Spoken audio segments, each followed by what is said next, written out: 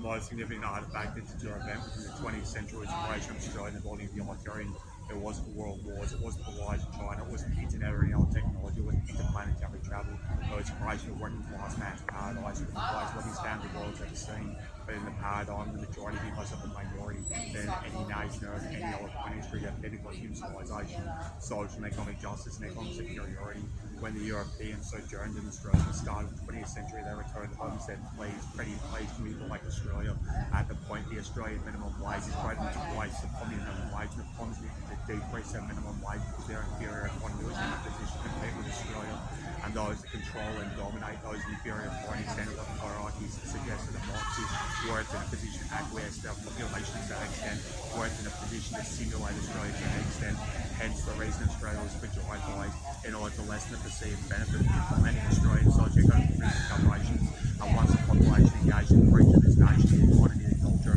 they engaged in inferior identity, inferior culture, inferior decision making. And now they're the egalitarians and oppressors, the population are being fragilised to the point of criminalised, prohibited and mandated for having the entrepreneurship opportunities, capabilities and alternatives destroyed in order to prevent them rectifying their inferior decision making before ensuring the cost of it. However, not as of yet. Contemplate the significance of Australia, contemplate that European citizens and their squalor and their drudgery, their rigidity, lack of mobility, their lack of alternative opportunity, their injustice and their illiteracy within the facades, the attempts and the aesthetics of Christianity, democracy and enlightenment. Contemplate that European citizen, that circumstance, those characteristics observing the Australian with a minimum wage greater than twice the minimum wage at a point in history within which poverty was extreme and an additional shilling represented an improvement in living standards significantly greater than a shilling. At that particular point, the Australian purchased property and engaged in consumption of products and services that the business community selection on shelf for arrive in the needs, the wants and the preferences of the working population. To the extent the business community engaged in research and development, the next iteration of products and services,